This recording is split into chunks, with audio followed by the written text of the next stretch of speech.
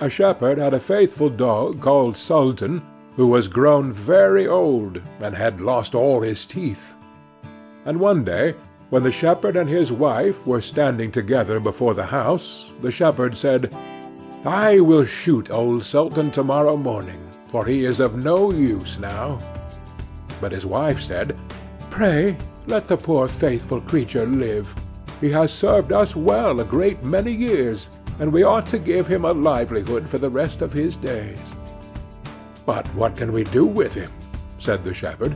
"He has not a tooth in his head, and the thieves don't care for him at all. To be sure he has served us, but then he did it to earn his livelihood. Tomorrow shall be his last day, depend upon it." Poor Sultan, who was lying close by them, heard all that the shepherd and his wife said to one another, and was very much frightened to think tomorrow would be his last day. So in the evening he went to his good friend the wolf, who lived in the wood, and told him all his sorrows, and how his master meant to kill him in the morning. "Make yourself easy," said the wolf. "I will give you some good advice. Your master, you know, goes out every morning very early with his wife into the field, and they take their little child with them, and lay it down behind the hedge in the shade while they are at work. Now, do you lie down close by the child, and pretend to be watching it, and I will come out of the wood and run away with it. You must run after me as fast as you can, and I will let it drop. Then you may carry it back, and they will think you have saved their child, and will be so thankful to you that they will take care of you as long as you live." The dog liked this plan very well, and accordingly so it was managed. The wolf ran with the child a little way.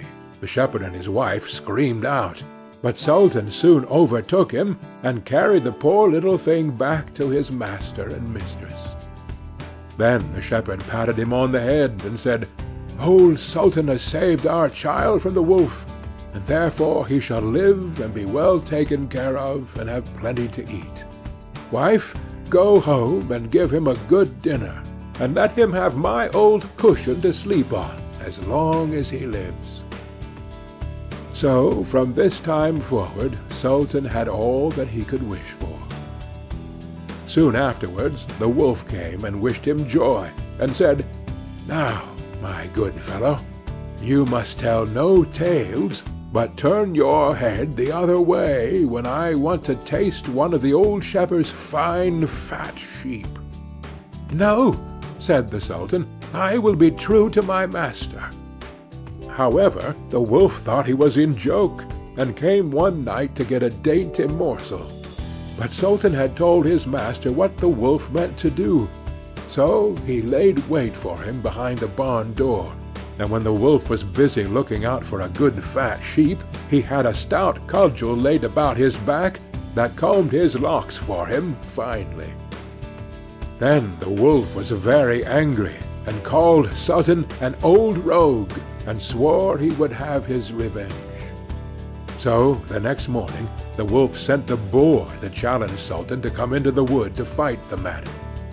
Now Sultan had nobody he could ask to be his second but the shepherd's old three-legged cat.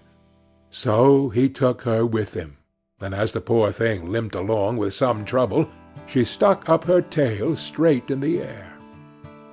The wolf and the wild boar were first on the ground, and when they espied their enemies coming, and saw the cat's long tail standing straight in the air, they thought she was carrying a sword for Sultan to fight with, and every time she limped, they thought she was picking up a stone to throw at them. So they said they should not like this way of fighting, and the boar lay down behind a bush, and the wolf jumped up into a tree. Sultan and the cat soon came up, and looked about, and wondered that there was no one there. The boar, however, had not quite hidden himself, for his ears stuck out of the bush, and when he shook one of them a little, the cat, seeing something move, and thinking it was a mouse, sprang upon it, and bit and scratched it, so that the boar jumped up and grunted and ran away, roaring out, "Look up in the tree! There sits the one who is to blame!" So they looked up and espied the wolf sitting among the branches, and they called him a cowardly rascal, and would not suffer him to come down till he was heartily ashamed of himself, and had promised to be good friends again with Old Sultan. End of Old Sultan.